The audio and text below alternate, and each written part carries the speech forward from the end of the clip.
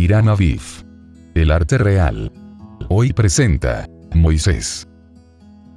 El nombre de Moisés evoca inmediatamente la idea del pueblo judío, al que él encarna y al mismo tiempo genera. En efecto, habiendo nacido en Egipto, es considerado como de la familia del faraón, pues aparece como hijo de su hermana, y como tal, se dice es iniciado por los sumos sacerdotes, en los misterios más profundos de Isis y Osiris, donde sobresale por sus conocimientos. Desde joven siente un llamado cada vez más claro, hacia algo que aún no se define, pero que no está relacionado ni con Egipto, ni con la posición envidiable que ostenta, la que por otra parte cada vez se le hace más difícil, por los celos, envidia y desconfianza de su tío Ramsés II, y de su primo, que le sucederá en el trono.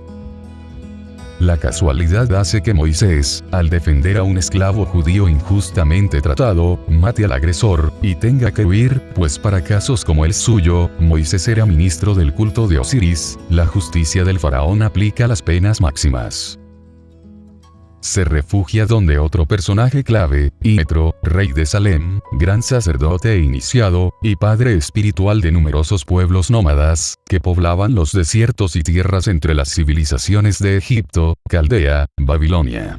Compuestos por semitas, árabes, etíopes.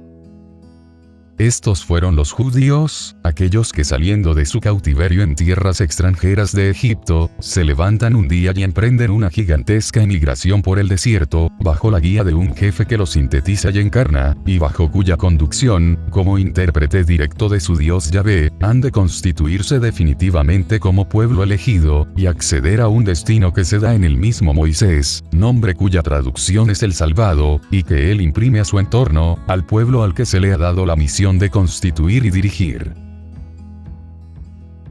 Moisés es, pues, conjuntamente, un personaje histórico y un símbolo, como todos los protagonistas de la historia sagrada. Es también un ser humano, y al mismo tiempo el receptor de las energías y los mensajes de una entidad sobrehumana, Yahvé, al que adora y hace adorar, cuando no es el propio Dios el que actúa directamente. Como ser humano padece por 40 años, toda suerte de infortunios y necesidades, las más de ellas provocadas por la ignorancia y la bestialidad de los suyos. Como agente divino, aviva y fija el monoteísmo, e implanta a fuego su ley, a la que sella con mandamientos. Termina su peregrinaje, y en vista de la tierra prometida, deja como herencia la Biblia, de la que escribe los 5 primeros libros, síntesis magistral, que fundamenta la vida de un pueblo y de una religión, lo que posteriormente engendrará al cristianismo e islamismo. La energía asombrosa de Moisés, su diálogo constante con la deidad, la fuerza de sus poderes, transferidos y compartidos con 70 discípulos, que conforman el núcleo interno de sacerdotes y sabios, iniciados e iniciadores, a los que entrega la Cábala, hacen posible su sucesión hasta el final de este ciclo. Se cumple pues el destino que Moisés iniciara, y que terminará con la gloriosa venida del Mesías, esperada también por los cristianos e islámicos, y anunciada en todos los textos y tradiciones orales de las culturas unánimes.